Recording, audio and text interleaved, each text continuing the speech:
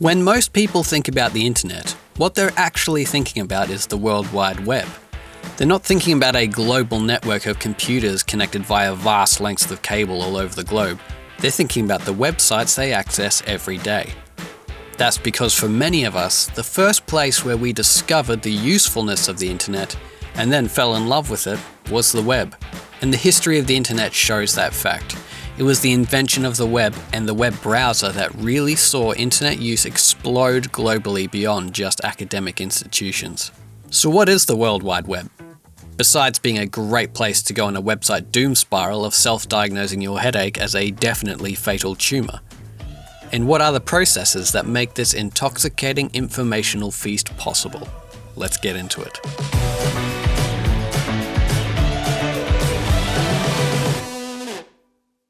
One of the key concepts that made the web possible was hypertext. This was a term first coined in the 1960s by a man named Ted Nelson, where he proposed the idea of being able to create and use linked content.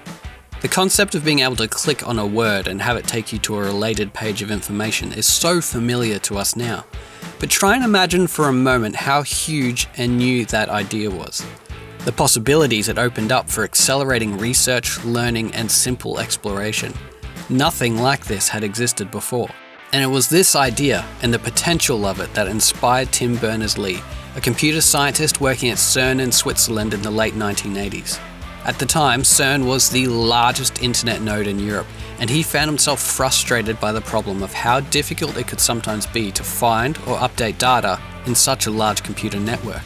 If there was some way to simply display information for easy access that could then easily link directly to related information, navigating the vast amount of information and research happening there would be so much easier.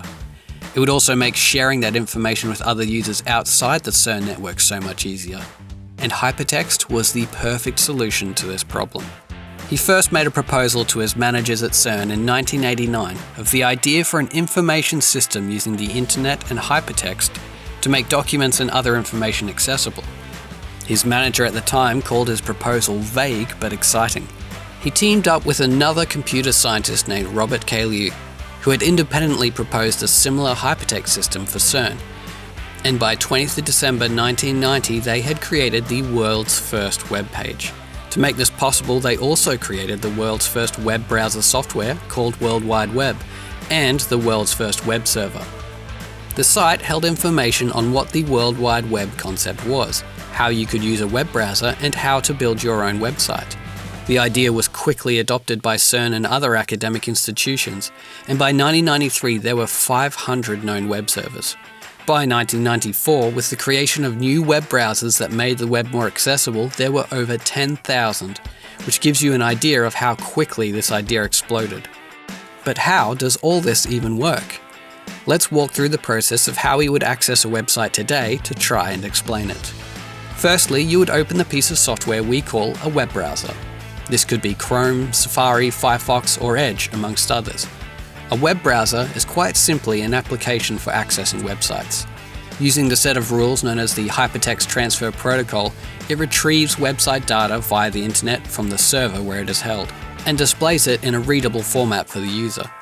So your browser is not the web. It is the application that lets you access and read all the data that makes up the web, which is only accessible because of the network we call the internet. But what is the Hypertext Transfer Protocol? Well, we've come across this word protocol before when we were discussing internet protocols last episode. Well, the Hypertext Transfer Protocol, or HTTP, was a set of protocols designed by Tim Berners-Lee, built as a layer on top of the transmission control protocols we discussed previously. At its simplest, it's called a request-response protocol, whereby the client, the web browser, sends a request to a server holding website data, and that server in turn responds with the requested data. There is a lot more details to be discussed here in how HTTP functions and solves various problems, but that is the basics that we need for now. And then we've said that word server a few times now without explaining it. A server is basically a computer that's sole function is to respond to requests for the data it holds. Quite literally, a server of data. And we'll have a server program running on it to facilitate responding to the data requests. So let's walk it back. You open your web browser, which you now understand is our gateway to be able to access the vast network of website data on the thousands upon thousands of web servers spread throughout the network we call the internet.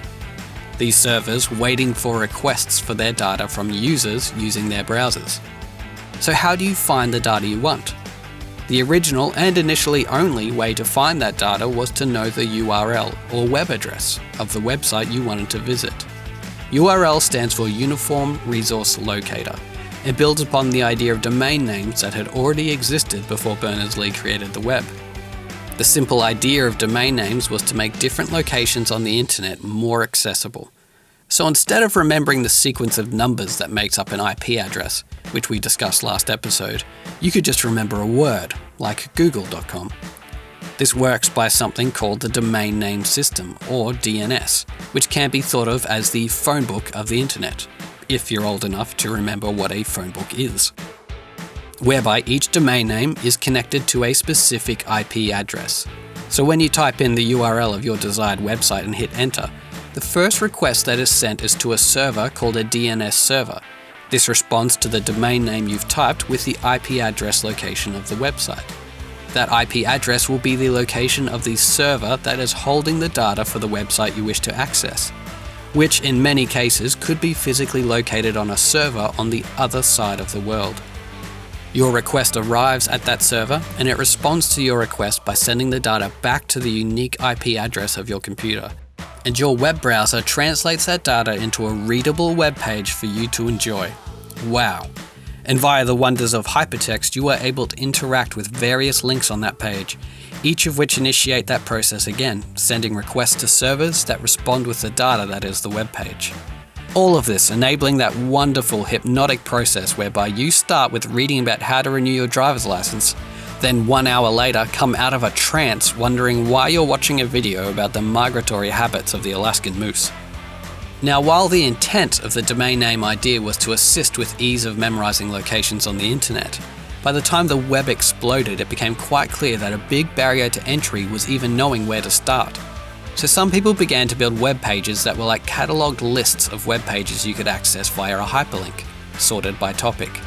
One of the most notable of these early sites was Jerry and Dave's Guide to the World Wide Web, which would become the tiny company you've never heard of called Yahoo. So if you wanted to look up the latest news, you could click that link and find a list of relevant news websites to visit. It was out of this idea that the first search engines were born. The first major search engine in the style that we would recognize was called JumpStation, created in 1993. It functioned by using a piece of software called a web crawler, still in use today by search engines, that automatically searches links on the internet and creates an index of the content it finds. Then there is the search function that allows you to search that index for keywords, returning back to you a list of websites that contained the word you searched. This created the reality we know today, where you could successfully navigate yourself to everywhere you want on the web while only needing to know one single URL. It's no wonder that search engines very quickly became big business, as not only did search engines fling wide the doors of accessibility to everybody, but also ranking and search results soon became critical. If you were relegated to the second page of the search results, you may as well not even exist. Because of this, paying search engines for greater visibility became a contentious topic, as the World Wide Web became the central hub around which almost all of our business and communications revolve. Your business could live or die dependent on where it appeared in search engine rankings. And with that, we've covered enough of the fundamental processes that make the internet possible. It's fascinating to review the journey we've taken over the last 22 episodes of exploring the process of how we communicate, and see all those different processes culminating in the internet. It began with the creation of language and writing, and instead of us eventually moving on from writing, it could be argued humans are now writing to each other more than any time in human history because of the internet. The invention of paper and its eventual standardizing in size and dimensions is still the unspoken driving factor behind the visual formatting of many web pages, and even the fact that they're named pages. The printing press brought us the revolutionary effects of the possibility of wide distribution of information and ideas, and the internet became that idea only now supercharged. The telegraph birthed the basic idea that the internet is still built on, that sending on-off electric signals over a wire would be capable of complex communication. And that is literally the basic thing that makes our connected internet possible. It's just large cables connecting computers.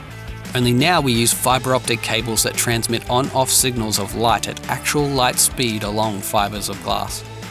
The phone and the radio converted audio into varying electronic signals that could be transmitted, and the TV converted what we see into the same, both concepts still at play today in the internet and our screen age. The internet is truly the culmination of the history of humanity's need to communicate with each other, and the pursuit of connection over greater and greater distances. And it was made possible by the idea of process. As each new innovation came into being, the new process for communication has been passed on and spread amongst communities, with each new process unlocking new potential in our ability to communicate with each other, therefore unlocking fresh potential within us to create and connect. But we're still not done yet, because we are right now in the midst of a fundamental shift in the process of how we communicate. And we couldn't end this series without taking a look at some of the processes being developed as we speak that are about to change everything. So next time we will begin an exploration of artificial intelligence, the processes involved in it, and how it is completely changing how we communicate.